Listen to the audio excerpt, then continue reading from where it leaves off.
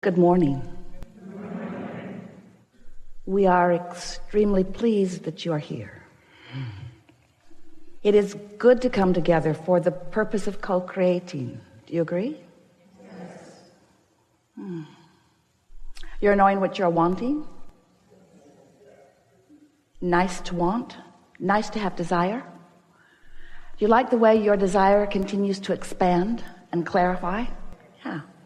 And do you believe that you are, for the most part, up to speed with your desire? Do your beliefs match them? Do you believe what you want? Do you believe in your ability to be or do or have these things that you desire? We have enjoyed this interaction immensely. Because that's it, isn't it? When you have desire, which life will continue to help focus within you, and you're not contradicting your desire with a belief that opposes it.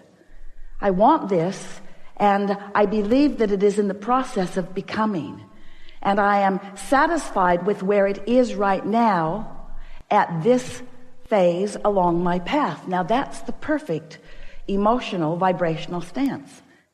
When you recognize that there is always going to be something more that you will want, you will never be in a place of completion ever.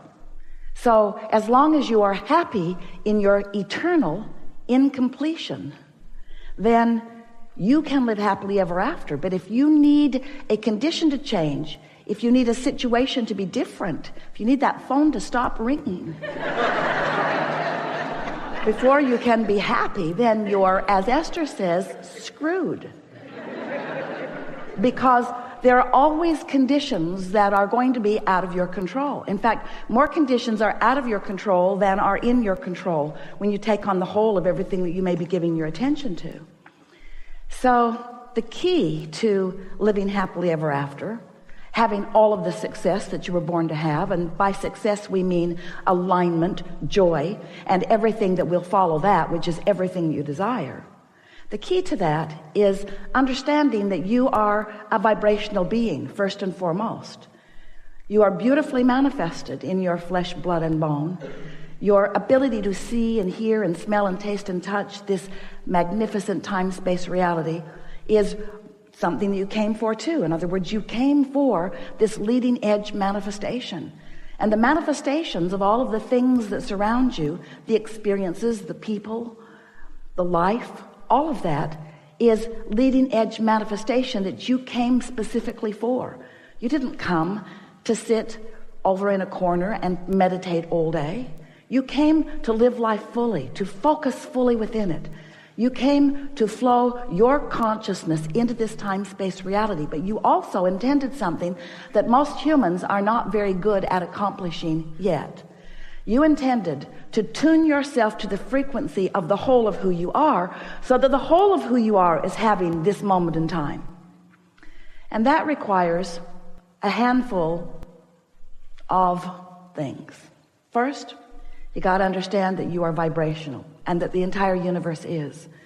Next, you have to understand that the way you feel is the key to your understanding what your vibrational output is.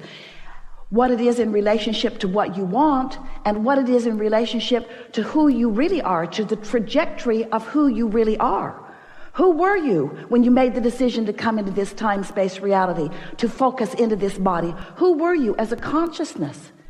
You were consciousness who knew your value, who came with great interest.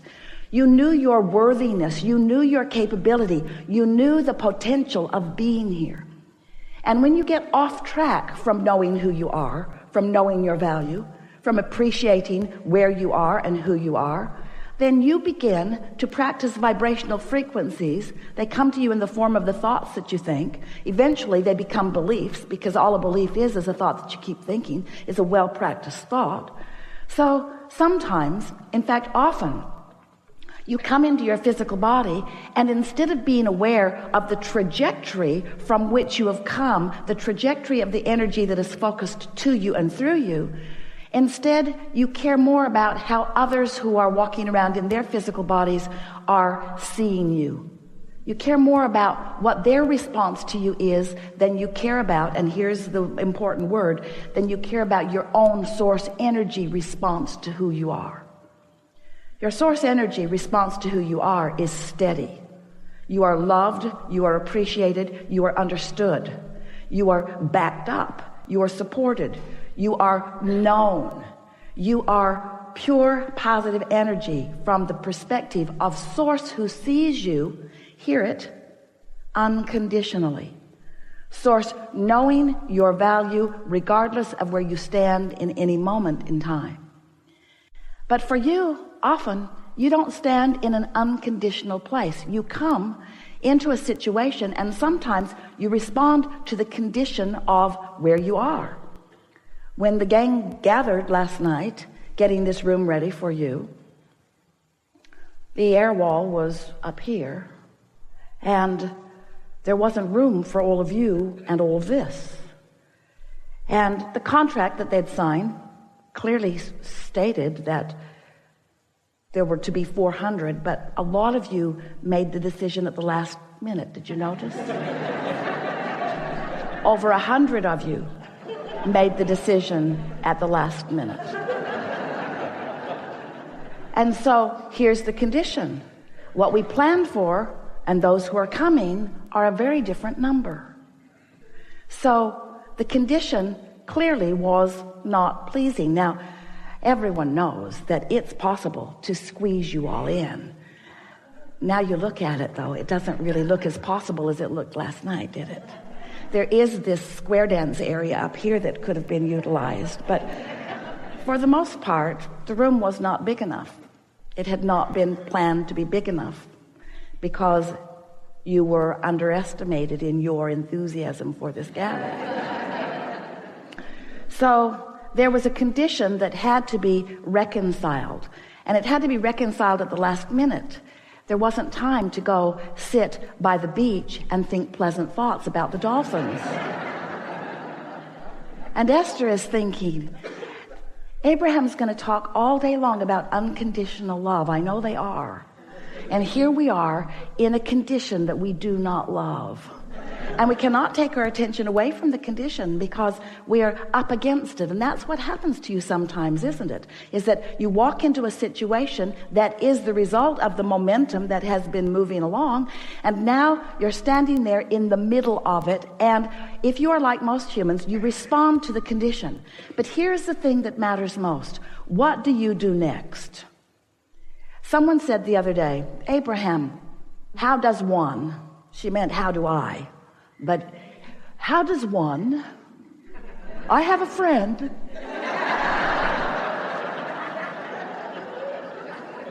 How does one get rid of doubt? And we said, you get rid of it before you get it, which is totally annoying. Because once you've got it, Abraham, you squirrely ghost. How do you get rid of doubt? Well, doubt is the way you feel when you're focused upon something and have been for a while that you believe that is contrary to who you really are and what you really want.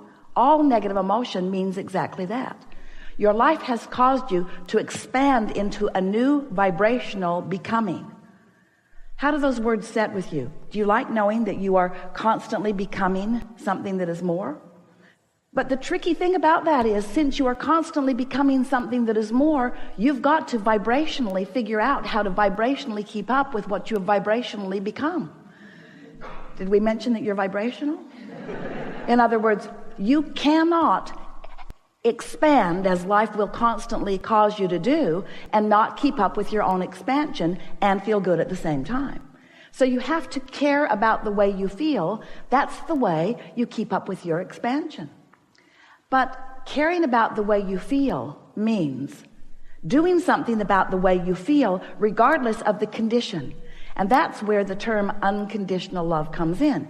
Humans have been using the phrase for a very long time, and hardly any of you really understand what it means. You think unconditional love means look at some rascal who is really behaving in a bad way and just don't say anything about it.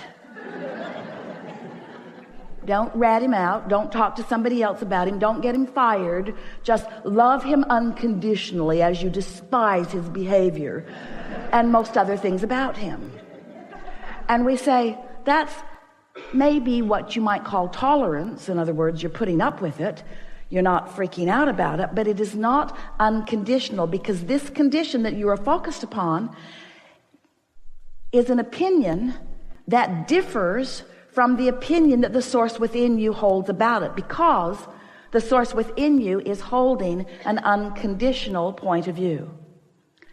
Well, before this day is over, you're going to understand completely why we from source are able to hold things from an unconditional viewpoint.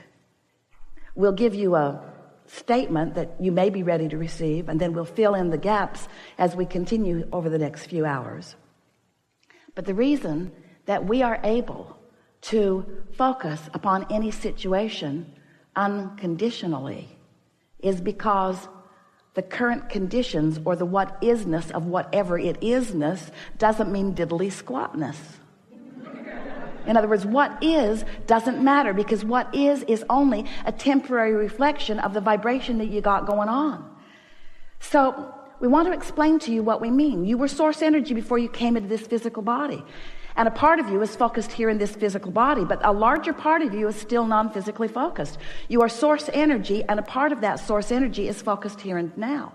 So in your human form, you sift through, you know what you don't want, you know what you do want. You continue to sift through the data, and you constantly, whether you know you're doing it or not, are launching rockets of desire. We call them rockets of desire. They're your personal preferences. When someone's rude, you want them to be nicer. When you're rude, you want to be nicer. When you don't have enough money, you want more money. In other words, life just causes you to sift and sort and launch these rockets. So this vibrational becoming is happening constantly. And it is a vibrational becoming. Now, it hasn't manifested yet, therefore it's unconditional. You see what we're getting at? It hasn't manifested into conditions for you to observe. It hasn't manifested into a condition that is unpleasant or into a condition that is pleasant. It's a vibrational rocket of desire that has created. If you've been listening to us for a while, you've seen all of our creative ways of trying to explain to you this stuff that is not physical into this, what we've been calling a vibrational reality. We even gave it the name of a vortex. It's this vibrational state of being that is the precursor to everything else that is coming for you. So this vibrational state of being, which is where your inner being stands, it's where we stand, it's who you really are, has not yet manifested. It has become in terms of an idea. It has become in terms of a hope or a dream. There's enough in your vortex to keep you busy for 20 or 30 lifetimes. In other words, it is the beginning of that which you are. And you know that vortex existed before you were even born into your physical body, because there was a projection of intention from non-physical. There was a vibrational reality that had so much to do about you before you were even born into this physical body. Do you see what we're getting at? This vibrational precursor of that which is you. It was like the vibrational plan. It was like the vibrational probability. It's the vibrational reality. So now you're here in your physical body. You're adding to this vibrational reality. The question that we want to help you ask and answer for yourself is, how much of a vibrational gap is there between the things that life has caused me to ask for and the things that I believe, the things that I practice in my thought? And you can tell, two ways you can tell. One is by the way you feel. If you're joyful, there's no gap. If you're feeling appreciation, there's no gap. If you're angry, quite a big gap. That's one way. You can tell by the emotions that you feel. But the other way is you can tell by how things are manifesting. Because when who you are and what you want and what you think on a regular basis are in the same vibrational frequency, it's manifesting all around you.